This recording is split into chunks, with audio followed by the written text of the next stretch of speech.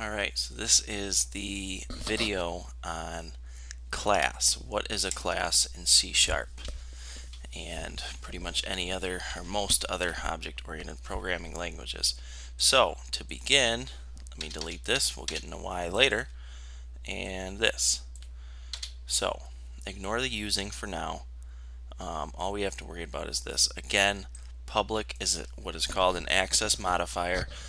We won't go into that now, but access modifier just tells the rest of the program how, when, where, why, etc. a class or object or variable, whatever, how it can be accessed, how it can be seen, whether it's visible by other classes, etc., etc. But that's for another time. So a class. Now, if you think about not having anything to do with programming, just think about the real world. You could basically categorize everything in the world into two things, objects and ideas. So that's how we're going to think about this, okay? An object is a cat. God dang it. Sorry, a cat, a cup, a ball, a man. I mean, that's fairly obvious, okay, what an object is. Those are objects. Now, what is an idea, or a concept, or a blueprint? That terminology is used pretty often. Now, if we think about what an idea is, let's first add another object to the list. Okay, I have a chocolate cake. That is an object. It's a noun. Okay, think of it like a noun. I can touch it, feel it, eat it, smell it. It's real life. It's in the world. Now, an idea may be a recipe, a blueprint. Those are ideas. Those are concepts, right? An idea. I can't touch an idea. I can't taste it, smell it. It's not a noun. It's not in the world. It's a concept. It's an idea. So if I have a recipe for a chocolate cake is different than having a chocolate cake. Now you could say, okay, well, if I write down a recipe, then I can hand you a recipe and I can touch a recipe. Well, it's not really a recipe, is it? That's a piece of paper with words on it that represent a recipe. Okay, so the idea of a recipe is different than a chocolate cake. That is the distinction that you need to know in programming, that there's a difference between an object and an idea or a blueprint. And blueprint is a really popular way to explain it. I mean, you have a house and you have a blueprint. So a house is an object. It's a real life thing. A blueprint is the instructions on how to make a house. So you see here we have mammal. This is our class. Now we will never touch this class. We will never see it. It's an idea. It's a concept. No matter how you use this class, you will never be able to pick up and hold this class. Okay? For the most part. We'll get into some discrepancies in that later, specifically how mono behavior works. But we're not being Unity specific right now. We're just being purely C Sharp. And so we have a class mammal. Now, like I said, it's just a recipe. It's just what we need to make it. So within the recipe and the concept of a class, there are another two categories, two main categories that you have to think of. Nouns and verbs. So, what it is, what it has, and what it does. Okay, so nouns related to a mammal are, it has fur, that fur has a color, it has eyes, it has ears, etc. Those are the things that you can touch and feel about this mammal. Now, what are the verbs? What does a mammal do?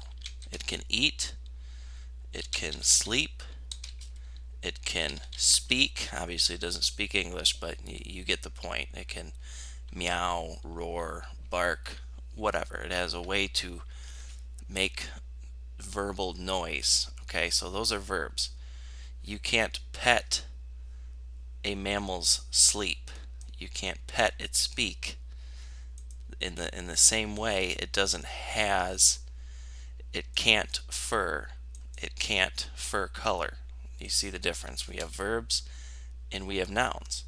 And that's the distinction that we need to make. It has things and it can do things. So those are the two main things that separate, or the two categories within a class, within this idea, okay? And the nouns that we have, the tangible things about our mammal, they're called fields, or they're called variables. In programming, one of the things that you need to know is there's 10 different words for one thing, and there's words that apply to different things. So the vocabulary is half the battle here. Don't get too caught up on it. Fields, variables, members, those are three different words that in this instance mean mostly the same thing. So you have a public, this would be color, that would make sense. Color, fur color. Bam, there we go. So now we've created, or we've declared rather, a noun, something that this mammal has. It has a fur color. It also might have an eye color. Now you see here in a video that I have, it's types and variables. It goes over kind of declaring these member variables and how that is. So you have the structure of it is access. That's correct. Let me comment this. By the way, adding 2 slashes will create a comment, meaning the IDE will skip over it, the compiler will ignore it. So here we go. We have an access modifier, right? That's what public means, and I will go ahead and space these out. Doesn't matter how many spaces are in front of it, it's the same deal. So the structure of naming a member variable is you start with the access modifier. That's our public. Then you have to tell it the type. You have to be very clear. That's the type. The data type that we're using is color. Now if you remember, we talked about primitives, primitive data types in the types and variable lesson, and in that lesson we talked about the int, the string, the float. Those are all primitive data types. This is a Unity Engine data type right here, and that's color. So there's some differences between primitives and other regular data types, but it's not really within the scope of this, so just think about that's the way that you declare it. You have to say the access modifier, then you have to say the type. In this case it's a color, data type of color, and then just the name. This could be anything. You could name this anything. The only thing is you obviously want to name it something that makes sense. So those are the nouns. You get the idea from that. Now the verbs. You have your member variables, which are your nouns of your class that describe those types of things. The other thing that you have is a method. So that's the verb. Now let's make a method for animal. We're going to go access modifier, void, this is the return type, and name the method. Add in our parentheses for our parameters, and there we go. We have created a method. Now a method and its structure. So just like the member variable, public defines the access modifier, who can access it, when and how. Void, this is new. Okay, so this is the return type. So what this means is this method is going to do something. That's what a method is. It does something in its simplest form.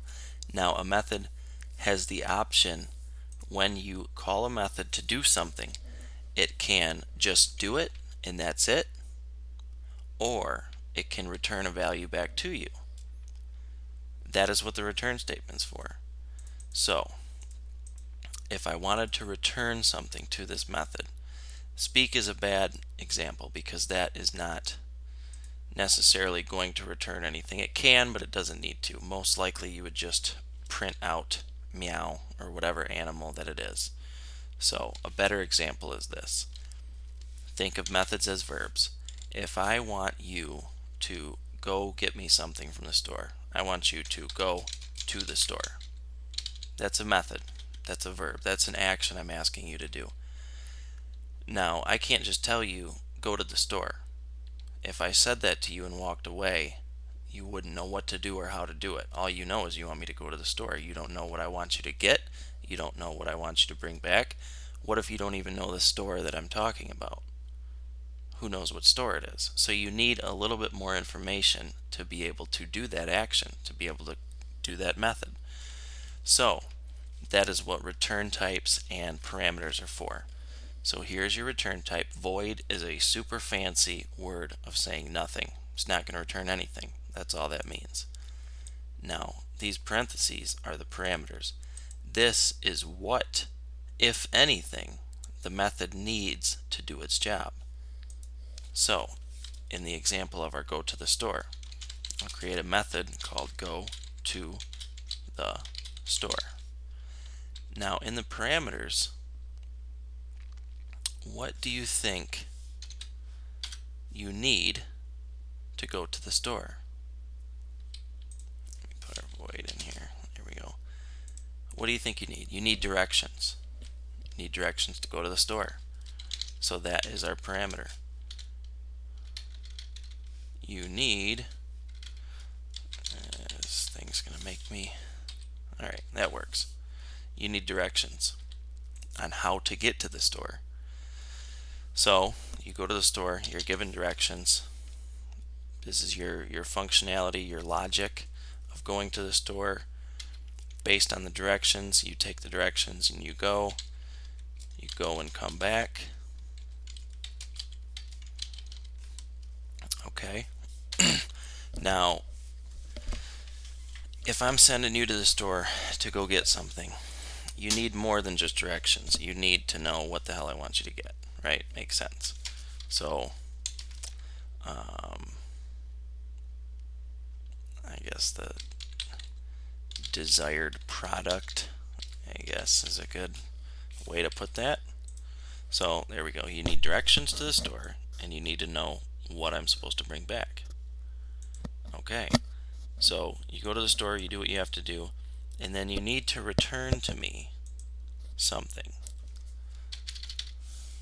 So the return type, you would say, would be a product. Now, product is not a type, so we're going to get errors all over the place, but this is just for you to conceptually understand what a method is doing. You're going to return the type of product, okay? And so once you're done doing what you're doing, you need to return that product back to me. I'm the caller. So you say return it back to the caller, whatever data that you've manipulated, that you've gotten from somewhere else, whatever you have now, which would be the product that I'm asking you to go get, you're going to return back to me. And that is how that works. So now let's do an actual method that would actually return something. So alright, let's do a very simple one. We'll comment this out for now. And so we'll do a public, let's call it, or let's give it a return type of int. So once our method does what it needs to do, we expect an integer to be returned to us. So we'll call it double my number. This method is going to take two numbers and return, take one number and simply return double that number. So can you guess what this would need? Well, of course it would need a number, right? So we need to tell it what it needs and the type of data that it's going to receive. Now the type of data is going to be a number, and in this case it's going to be an int. So we can say the parameter that we require is an int, and we will call that num. Now the naming here is simply to give it a temporary name so that we can manipulate it based on that name. We're creating the variable that our number is going to be stuck inside of. Now remember, variable is like a container. That's all it is.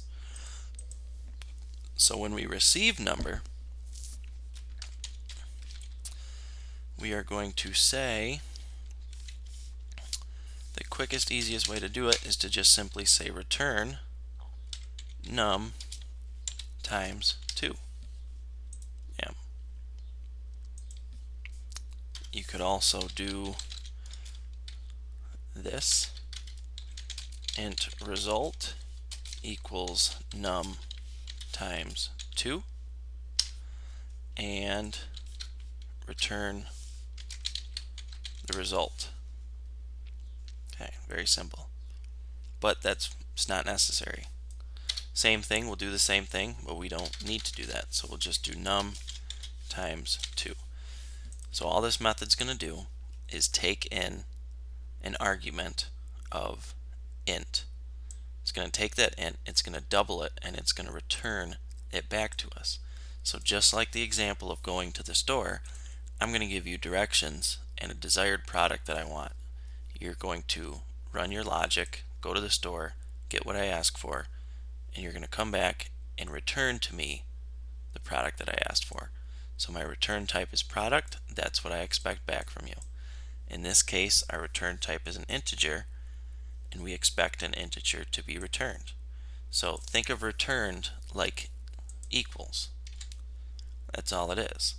It's going to, whatever the logic comes out to be, it's going to equal. So when we call a method, we're going to get the value of this. So let's try it out. I'm going to go ahead and re-add the mono behavior and ignore mono behavior. We will get into that later. So within the start method, start is called immediately at the beginning of the game, and we can simply call our method based on that. So I will do a debug.log, and anything in this parentheses, and this is, if you notice, the same structure as this. So log is a method within debug, just like that. So debug.log is going to print whatever I put in here. So what I want it to print is the result of our method. Double my number, and we will give it 5. Add another parentheses so our nesting is correct.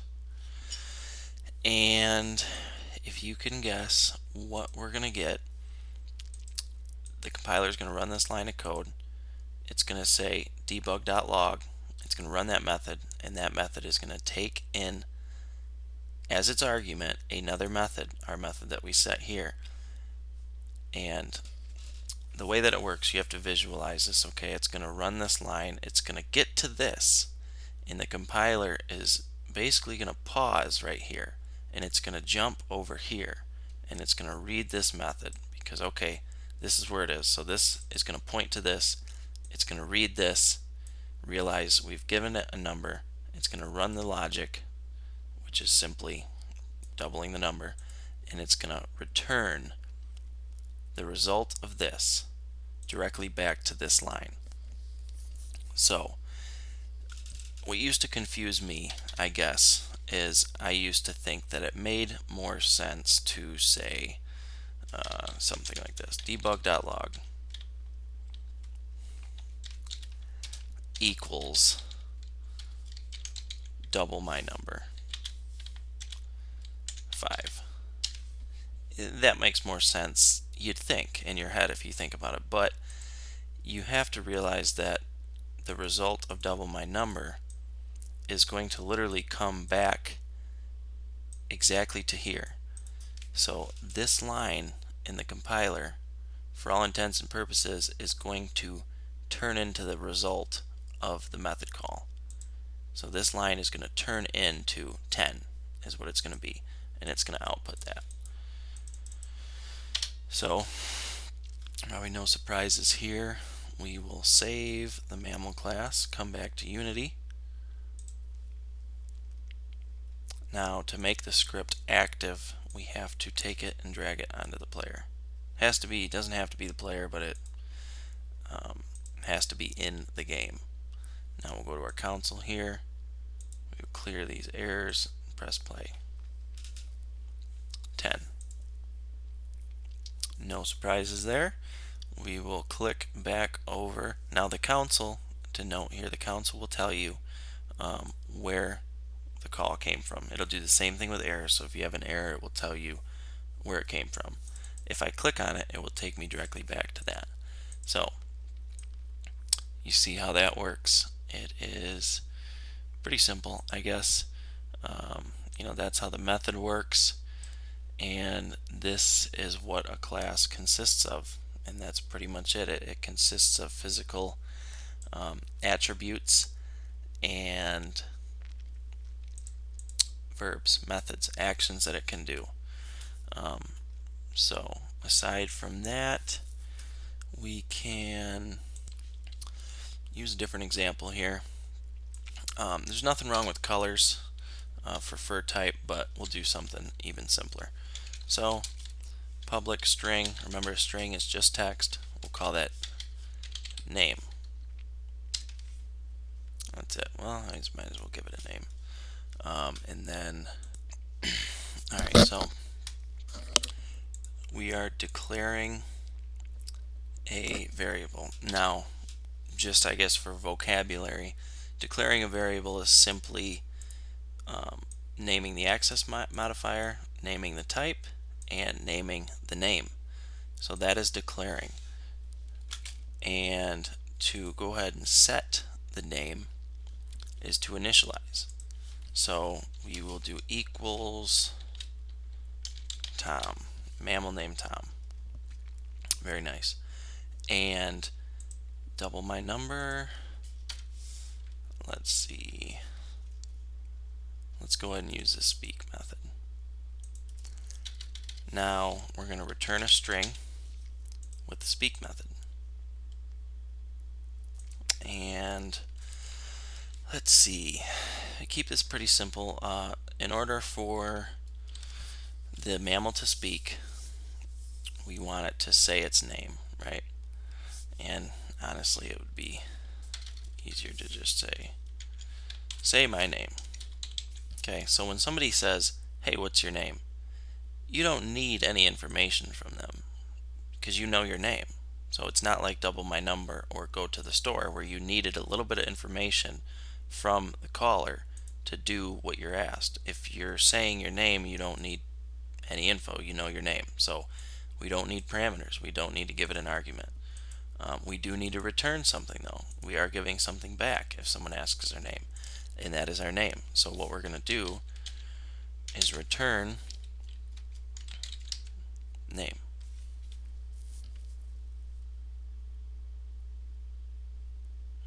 Alright, so that's all there is to it, and this is basically showing you that the method within this can access its own member fields. So because the animal or the mammal has a name and it has a method called say my name, it can easily return its name, and that's all there is to it. So we don't have to create a new string. We could also do this, but we don't need to. We wouldn't have to hard code something in the return statement because it already has a name. So that is a way to use your own data within the class to go ahead and fire your methods. Now we can do say my name.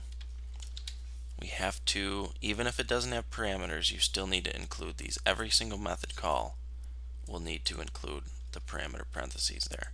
So we'll go ahead and save that. We will go back to Unity, uncheck that, clear these.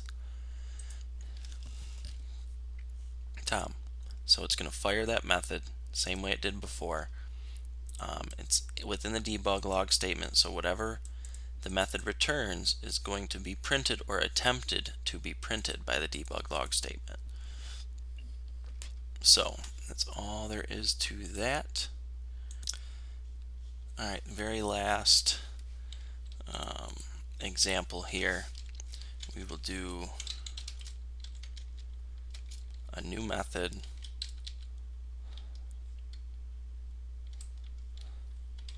Let's call it add5. And we're going to take in 2 ints. Or sorry, we're not going to, let's not do that. We'll say add 2 numbers. And now we will take 2 ints. So you can take multiple parameters is kind of the idea of this demonstration. Int num1 and int num2. So 2 parameter method and add 2 numbers together. That's all it's going to do. So we're going to say return num1 plus num2. Very similar to our previous method. We're going to call that method right out of the debug.log statement, add 2 numbers, and we will have to give it numbers. So let's do 2 and 5. And anybody can probably guess what the result of that will be.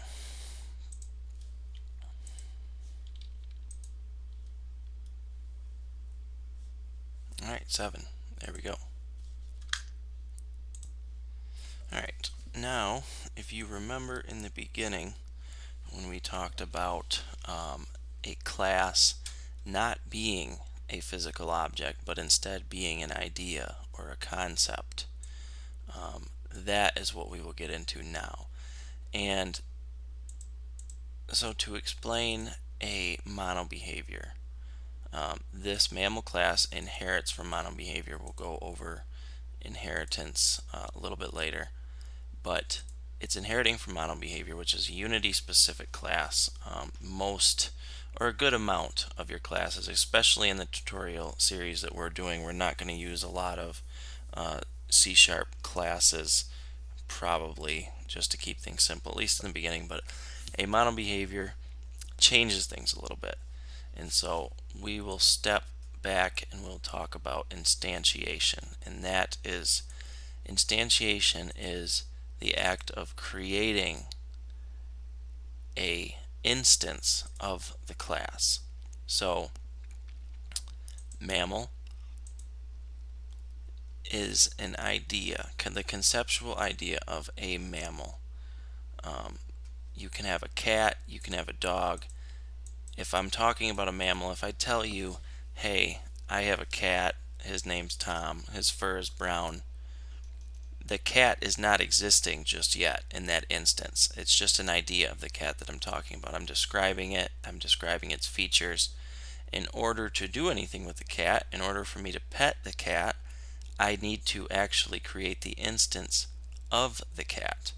So typically most classes, or all classes, regular classes outside of Unity, outside of things that inherit monobehavior, you have to create an instance of them. They are the ones that truly are simple recipes, are simple concepts, ideas, blueprints for creating an object, and that is where the name object-oriented program comes from, because we create instances of objects from blueprints. So in order to do anything with what I have here, these are just instructions about how the class is supposed to operate. And in order to do that, I will have to create an instance of it. So I'm going to jump over to a different class, and just for the heck of it, right in our movement,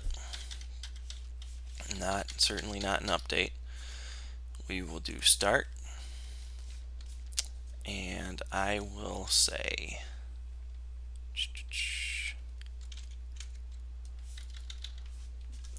see. All right, so just like we set up a variable here of speed, I will create a mammal. So I will say public mammal my cat, and I can go ahead and create that.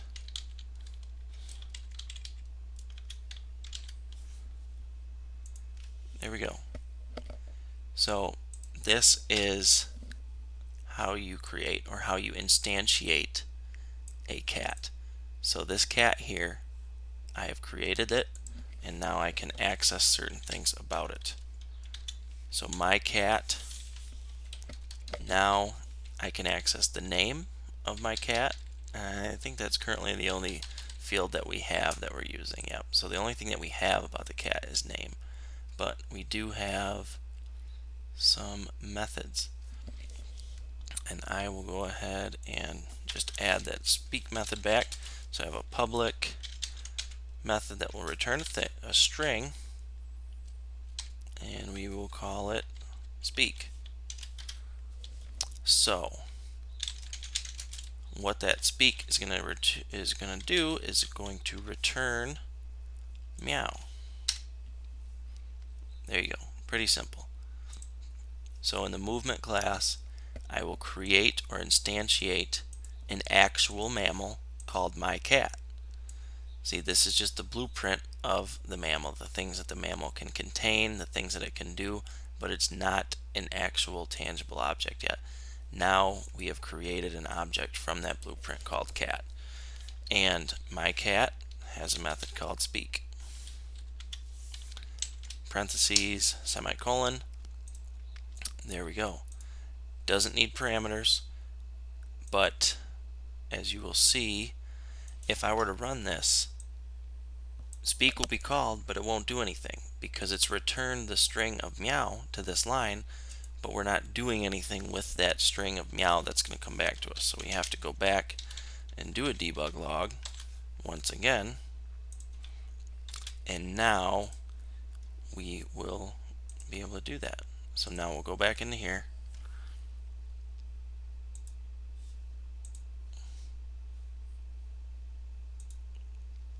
Ignore that. Meow. Meow, meow, meow. Alright, now that we have an instantiation or an instance of my cat, let's see what else we can do with it. So, my mammal, and to be clear, we do not have an instance of cat, we have an instance of mammal. I've just called him my cat. So let's get to our double number method that we created, and we can run that as well. Give it a number of 5. And yeah, we all know what's going to happen when we run that. But the point that we're trying to make here is how I'm accessing certain things through other things. I'm calling the class of debug log, debug.log, and debug is a class, just like mammal is a class. And we can actually right click and we can go to the definition of debug, and this is all the methods that it has. Okay, now this particular class has static methods in it, and not to get too deep into that just yet, but anything static can basically be accessed anywhere without an instance to it. So we call debug.log out of, or from rather, the debug class. Now that is the same exact idea as calling double my number from my cat instance. So that's all it is. It's the same idea. It's creating the same sort of result for us. And you know, the whole period, the debug dot log argument of my cat dot double number, I mean, that's just a way of saying double my number exists in my cat, and this whole statement is going to be the argument for the log method, which exists inside debug. And to illustrate that, I have this fancy illustration here. So this is a long, convoluted kind of statement, okay, and it's very similar to what we've already been doing. At the very end, you almost want to read some of these things from right to left. So focus here and see that we have an open can method with parameters.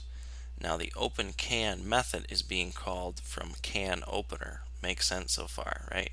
Can opener dot open can, no arguments. Go back over here. My cat dot double my number. That is the same thing. My cat dot double my number is the same idea as can opener dot open can. And I got it from my cat. So if we look over here, this is how we are accessing different things. So the open can method is being called from can opener. Can opener exists within the counter drawer. The counter drawer exists within my counter. My counter exists within my kitchen, which exists within my house, which exists within my town. So this is how encapsulation works. My house, or my town rather, is the whole world. My house, within my house exists my kitchen, which exists my counter, which exists my counter drawer, which exists the can opener, which has the can opener, or the open can method. So that is how this is working. This is how this encapsulation is working within a line or a statement, such as our transform.translate. Now, knowing this, it should make things a little bit easier to read. So just like in math, we'll go to our absolute most inner encapsulated term, which is vertical, and we will read from that. So getAccessRaw is a method that is calling, or that is using the argument, we're giving it the argument vertical. So what that's doing is it's getting the access, which is built into Unity, and based on our arguments, getting the vertical access. So we give it the vertical, the name vertical, and then it says, oh, okay, I have a vertical access. And the vertical access gets modified based on our key presses. And to segue over here, this is how the axes work, the input axes rather, work in Unity. Okay, so when I push in a key, now the axes, the input axes are automatically set up. The default is that when we, the WASD setup, W is forward, S is backwards, A is left, right is D. Okay, so that's a basic setup, and that is the default in Unity. So if you're in the center of the axes and I push W on my keypad, the game, Unity, knows that W means forward. So what's going to happen, you imagine there's a little ball here, and joystick movement works the same way. The ball is going to go like this. It's going to pop up here, and it's going to return a value of 1.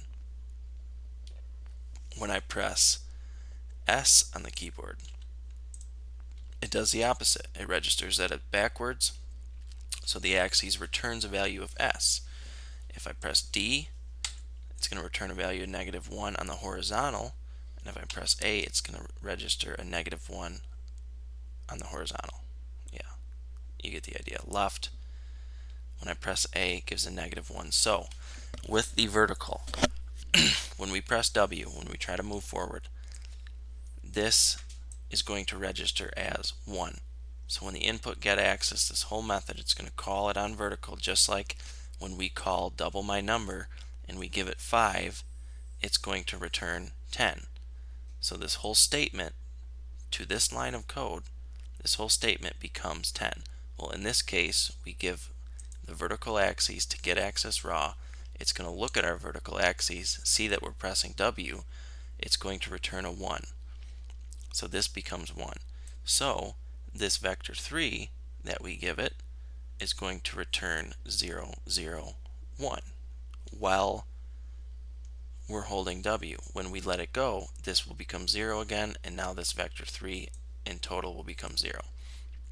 And so when we are editing our transform and we're pushing forward, the new vector 3 that we create is going to be translated onto our position. So we will get 0 movement here, we will get 0 movement here, and we will get either a 1 or a -1 based on the status of the vertical axes, the vertical axis, depending on whether we're pressing W or S. So hopefully that clears things up with that little infographic.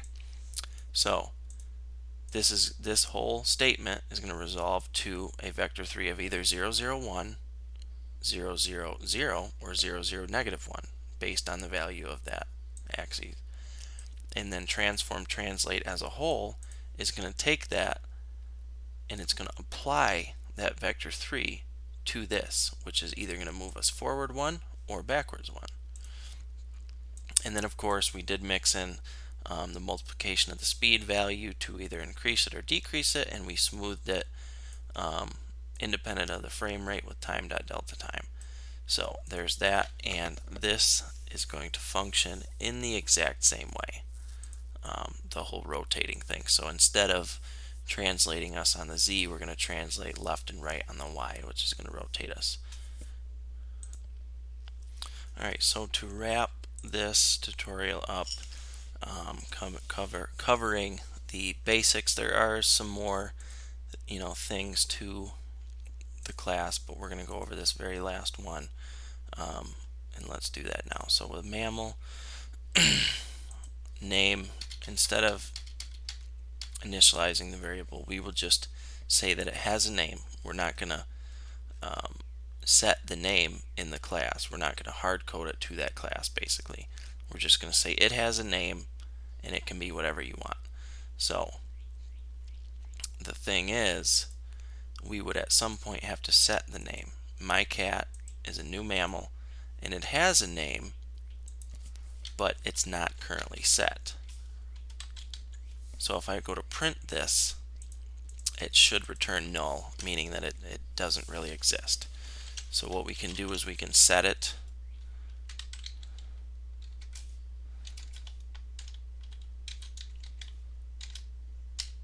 There we go. So we can set the variable. So basically, if you declare a member field, you just declare it, but you don't give it any value. You're just allowing it to have this container, which by default is empty. So it has a container, and then the instantiating class, whoever creates the object, can decide what name to give it. So there's that. Now I can set the name, and now I can print the name of my instance of my cat. Now there's also what's called a constructor. Now a constructor is you're setting the parameters, or the how. You're telling the class how it needs to be created. So ctor tab will do the shorthand version of setting a constructor. Now what we can do is we can say that our public mammal needs to be set with a string. So what we'll do, alright, so I've just set this up. We create the constructor, which are instructions on how the object must be created. You're basically creating requirements that says whenever you create a mammal, you have to create it with a name. You can't simply create it and set it later. So we do that by saying that we are going to require a string of name, and whatever name is given, this is kind of new for us right here, but what this means is this. This keyword means that whatever follows this is going to be the current context of it. So when I say this.name, I'm saying what I mean is the name in the context of this class.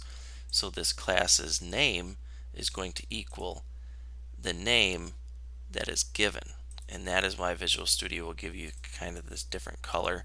It's a light blue, and this is light blue, indicating that the name that you're setting it to is the name that it was given. So now if I come over in movement, I have to, upon creation or instantiation of our class, I have to give it a name, or else it will not let me create it.